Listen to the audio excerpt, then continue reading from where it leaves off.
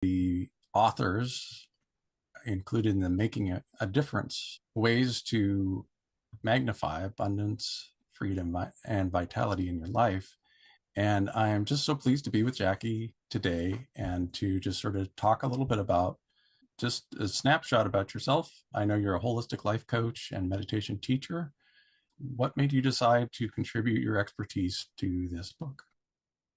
Yes, well, I'm actually first and foremost a writer. I just wanted to get a message out there, and I think it's important. And I found a message that I needed everybody to share. Yeah. So tell me a little bit about the message. Right. Well, about 13 years ago, I had, I've suffered from anxiety all my life. From as young as I can remember, I was just such an anxious child. It always manifested itself physically. And I got to the point where 13 years ago, I was married at this point with three young kids, and my youngest was 3 years old. And I was on the stairway, and I'd spent the whole weekend in bed.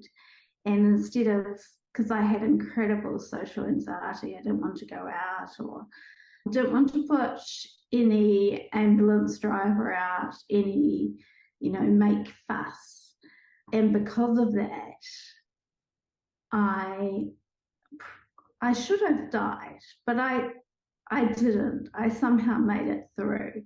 And I somehow made it from my bed where I shouldn't have, because I got a H. pylori infection, and that caused a stomach ulcer or stomach ulcers that caused a perforation in my abdomen and in my stomach and duodenum, and that spilled internally into my abdomen cavity. I looked about 9 months pregnant over the course of the weekend, and I was hemorrhaging quite badly and really not well at all.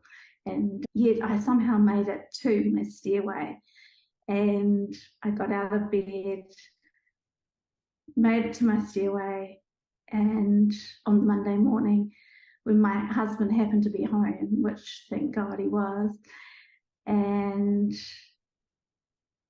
I had an epiphany. I call it a spiritual experience, but for me it was very spiritual. And the sunlight came in the window and everything melted away.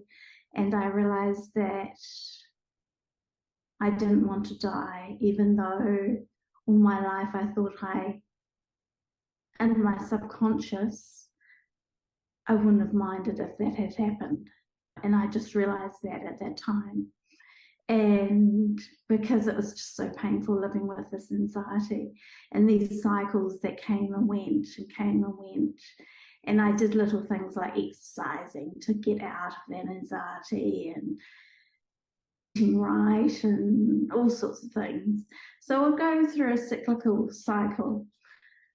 But on my stairway, I realized that I just felt that I was knowing, and it was knowing that I was going to be okay. And I told everybody from that point on, the ambulance drivers, I knew what I had to do. I had to call an ambulance. I knew that I was going to be okay, even though nobody else thought that I was going to be okay. They thought that this was it. And in the emergency room, I actually said goodbye to, well, they brought in my husband and my youngest daughter, who was 3, to say goodbye to me in the emergency room before emergency surgery. Oh. And I kept reassuring them, I'm going to be okay, I'm going to be okay. And, trying to reach out. And I can understand why everybody looks so scared and so worried. And even the registrar, I would try and comfort her. I was comforting everybody because I knew I was going to be okay. Even though later on I got pneumonia, I was in hospital for many weeks. It took a long recovery.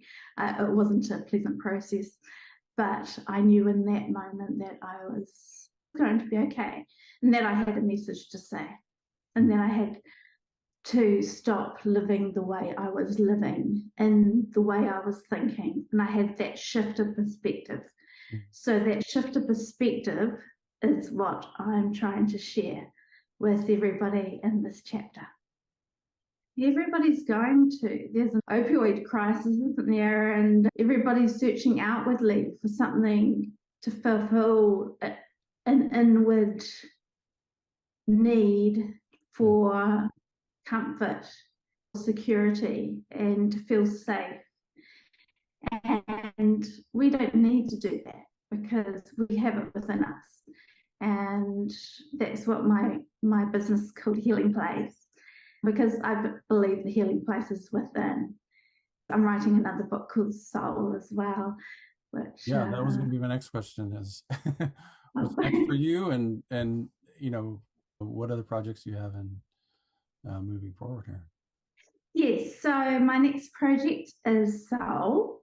I also have another book that I won't divulge the details, but I really like just writing from the standpoint of I'm not perfect, nobody's perfect, Sure.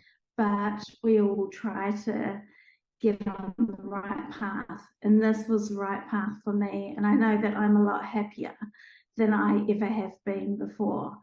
And it started 13 years ago. And I started meditating. I knew to meditate. I knew to meditate on the stairway. I knew to connect with that. And every time I meditate, I do connect with that same feeling I had on the stairway, which is interesting. Every time I go in the sunlight and walk on the beach, I'm back on the stairway.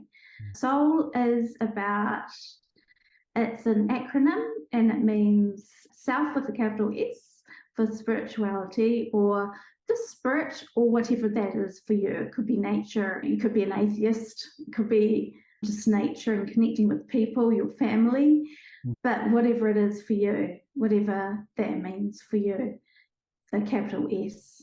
Then O for oneness. I believe we're all connected and we all have much more in common than we think we do. And I think if we realise that, the world will be much better to live in. And we will get there, but eventually. U for uniqueness. We all have a unique gift. Mine is writing, and I love writing, and I love connecting with people, and combining the two is what I'm doing now with my message, and also working one-on-one with clients through my holistic life coaching. And then our lifestyle, because that's the foundation. I think we can't forget the body. The body is very important. What we eat is very important. We've got this amazing ecosystem that is our body, and we need to treat it well. Lifestyle, as well as meditation and that sort of thing. That's amazing. Your story is amazing, and I just appreciate you sharing it and just putting yourself out there. And I know that takes some courage. Thank you, John.